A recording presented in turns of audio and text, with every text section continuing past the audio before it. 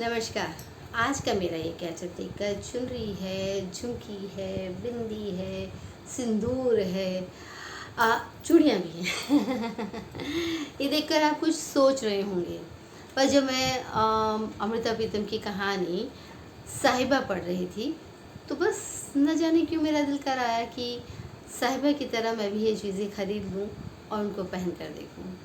तो आप ये पढ़िए कहानी, मतलब सुनिए मेरे से। ये कहानी बहुत ही खूबसूरत कहानी है। समझ आएगी, ज़रूर समझ में आएगी जब आप दिल से सुनेंगे ये कहानी। साहिबा आई थी। साहिबा आई थी दुश्मन कहे जाते देश के प्राचीन स्थानों और खंडहरों को देखने के लिए। उसके पास सिर्फ एक खत था, इस देश के एक भले से घर के नाम, कि वो साहिबा को कुछ रातें ठहरने की जगह दे दें। खत किसी पुराने वाकिफ मित्र का था, जो जानता था कि उस घर में बड़े आराम से साहिबा को कुछ दिन गुजारने की जगह मिल जाएगी। घर के माँ बाप ने एक अलग और रोशन सा कमरा साहिबा के लिए खोल दिया। घर की दूसरी मंजिल पर एक छोटी सी रिहाइशगाह थी। सारी छत पर फूलों के गमले थे और वहाँ 2 कमरे घर के जवान बेटे के लिए थे। साहिबा को चाय पानी देकर उसका कमरा दिखा दिया गया, कुछ आराम करने के लिए। और फिर जब रात के खाने का समय आया, घर का बेटा भी नीचे आया। खाने की मेज़ को फूलों से ताज़ा करने लगा। उस वक्त माँ ने साहिबा को कमरे से बुलाकर बेटे के साथ वाकिफ कराया और रोटी की प्लेटें मेज़ पर रखने लगी। माँ बाप ने, बेटे ने और मेहमान साहिबा ने मिलकर रोटी खाई। छोटी छोटी बातें मेज़ के इर्द गिर्द खिलती रहीं। दूसरी सुबह साहिबा चाय पी कर घर से चल दी, इस प्राचीन शहर के मकबरे और मीनारे देखने के लिए। सारे दिन वो बसों की टिकटें लेकर शहर के वो स्थान देखती रही जिनके कुछ नाम पते वो लिख कर लाई थी, और शाम को अंधेरा होने से पहले ही लौट आई। इस रात का खाना खाने का नियम उसी तरह था। साहिबा भी उसी तरह चाय पीकर चली जाती, लेकिन आने के वक्त जब वो कुछ फूल और मिठाई भी ले आती और खाने की मेज पर रख देती। घर की माँ ने उसे बहुत कहा, मना किया, लेकिन साहिबा को घर लौटते हुए अपने भरे हुए हाथ ही अच्छे लगते थे। चौथे दिन ही एक छोटा सा हादसा हो गया। घर के बेटे को मोटरसाइकिल चलाते हुए एक तंग जगह से गुजरते हुए टांग पर कुछ चोट आ गई। जख्म नहीं था, लेकिन भीतरी मांस को कुछ जर्ब आ गई थी। थोड़ी चोट, जिसे हम मसल पुल होना भी कहते हैं। वो आती पर डॉक्टर से पट्टी करवा कर आया था, लेकिन जब अपने कमरे में जाकर चारपाई पर लेट गया तो फिर वहाँ से उठना मुश्किल हो गया। माँ उसके कमरे में जाकर सेक भी करती और नीचे से चाय पानी उसके कमरे में पहुँचाती रहती। उस शाम साहिबा जब शहर देखकर लौटी तो माँ हाथ में कुछ फल लेकर सीढ़ियाँ चढ़ रही थी ऊपर बेटे के कमरे में जाने के लिए। साहिबा को उस चोट की जब खबर लगी तो उसने माँ के हाथ से टांग पर मलने की दवाई पकड़ ली और चुपचाप उस लड़के के कमरे में जाकर उसकी टांग पर वो काली सी दवाई या मरहम लगाने लगी। साथ ही पैरों की उंगलियों और तलवों को आहिस्ता आहिस्ता दबाने भी लगी, चोट की सूजन उतर जाए, जिससे चोट की सूजन उतर जाए। लड़का संकोच से भर गया, लेकिन साहिबा ने पैरों को मलते हुए उस संकोच को भी मलकर उतार दिया। उस रात वो लड़के का खाना माँ के हाथ से लेकर उसके कमरे में गई तो रात को किसी ज़रूरत के समय उसका सहारा बनने के लिए वहीं पड़े एक दीवान पर सो गई। सुबह होते ही साहिबा ने ऊपर के गुसलखाने में हाथ मुँह धोया और अपनी चाय नीचे आकर उस लड़के के लिए चाय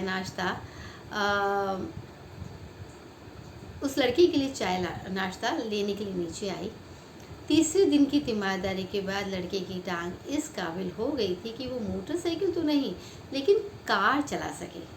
इस अपनी चोट के कारण उसने काम से हफ्ते की छुट्टी ले ली थी, इसलिए घर में खाली था। माँ से कहने लगा, शहर से कुछ दूर बड़े बड़े खंडहरात हैं, बहुत प्राचीन इमारतें भी।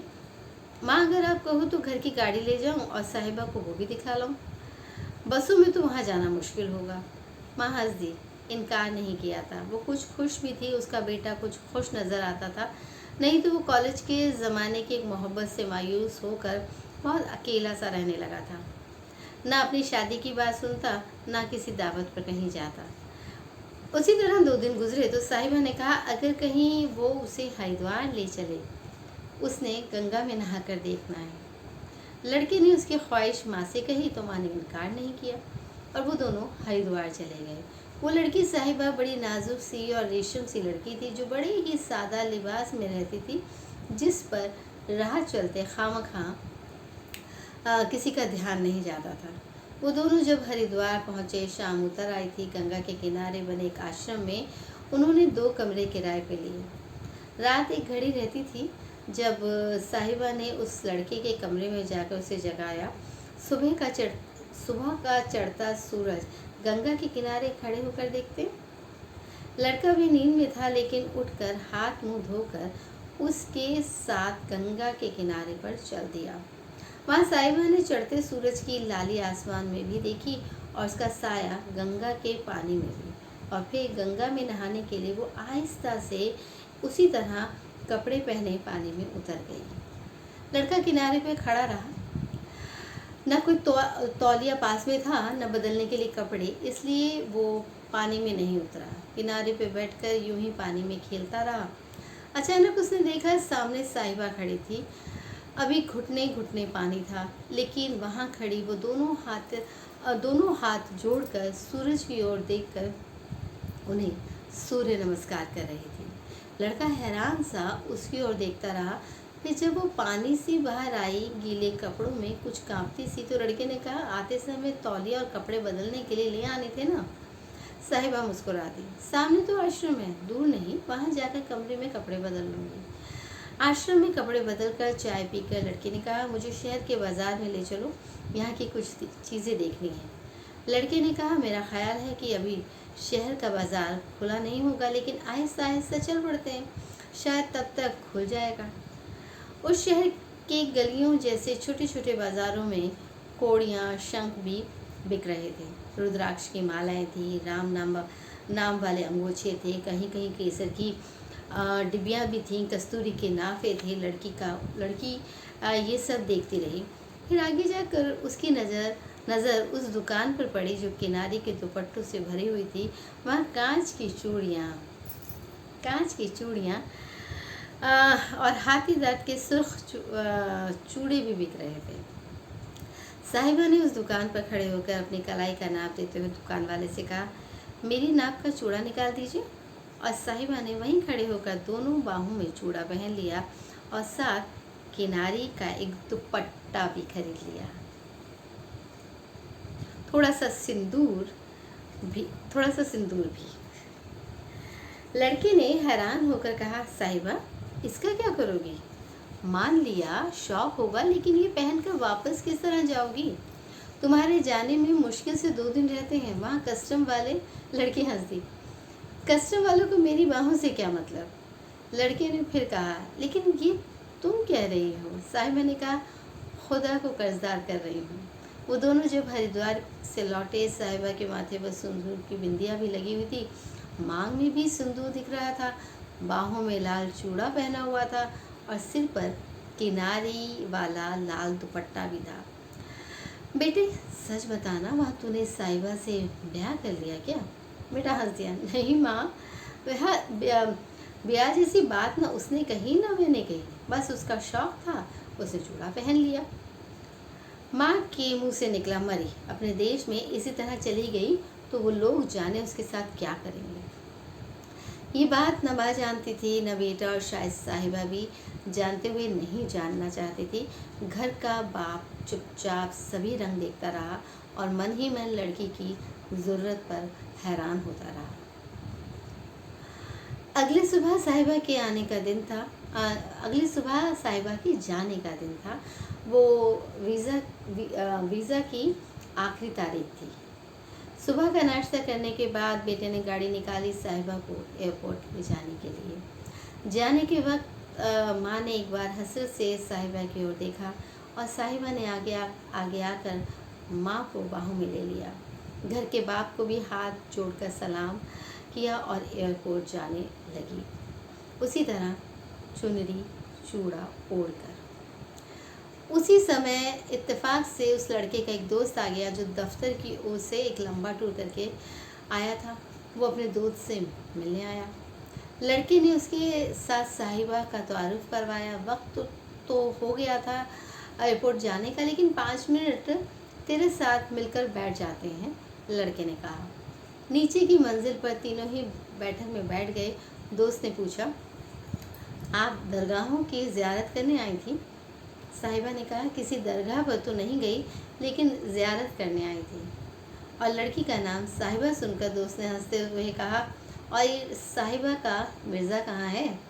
लड़की भी हंसी, कहने लगी, मिर्ज़े तो हमेशा ही दुश्मन कबीलों में होते आए हैं, अब भी वो दुश्मन कबीले का है। और उस घड़ी साहिबा ने नज़र भर कर लड़के की ओर देखा और फिर आंखें झुका लीं। उठते उठते दोस्त ने एक बार फिर पूछा, क्या इस बार साहिबा में वो ज़रूरत नहीं कि मिर्ज़े के साथ चल देने वाली? लड़की ने जल्दी से कहा, ये साहिबा अपने मिर्ज़े को बाप के कबीलों वालों से मरवाना नहीं चाहती। और ये कहकर वो जल्दी से बाहर खड़ी गाड़ी में बैठ गई एयरपोर्ट पर जाने के लिए। साहिबा आई थी जैसे बहिश्त की ओर से हवा का एक झोंका जाता है, बहिश्त की ओर से एक हवा का झोंका आता है और फिर चली गई। एक दिन एक खामोशी में गुजर गए, यूं ही रोज़ के कामों में से भरे हुए। और फिर एक ख़त आया, साहिबा का, घर के बेटे के नाम लिखा था, बहुत शुक्रिया, तुम्हें देखकर मुझे कई जन्म याद आते रहे। हालांकि हमारे में जन्मों की बात करना कुफ्र होता है, लेकिन मैं क्या करूं, मैंने वो देखे हैं, वो भी तुम्हें देखकर याद आए। बस इतना ख़त था। और नीचे एक पंक्ति थी, इस जन्म में अपने मिर्ज़े की जला वतन साहिबा। ख़त में उसका कुछ नहीं लिखा था। शायद वो जानती थी कि अब उसका अता पता कुछ नहीं कर सकता। कितना प्यार, कैसा प्यार, कितना रोमांस, कुछ नहीं है पर दिल में कुछ होता है। तभी मेरा दिल कर गया कि मैं साहिबा की तरह तैयार हूँ। साहिबा की तरह वैसे तो तैयार नहीं हो सकती थी क्योंकि ये स्पेक्स लगा है, पर ये ज़रूर बताइएगा ये कहानी कैसी लगी। और ये भी ये काम भी कर लीजिएगा कि मेरे चैनल को सब्सक्राइब कर लीजिएगा। कुछ मेरे अपने लोगों ने पूछा है कि मैं अपना नाम क्यों नहीं कहती हूँ, कहानीकार हूँ, अपना नाम कहकर क्या करूँगी। ठीक है, अगर आपको मेरा नाम जानना होगा तो आप जान लेंगे किसी भी तरह से। तो बस यूं ही मिलते रहिए, सुनते रहिए मेरे से कहानियाँ। ठीक रहिए, खुश रहिए।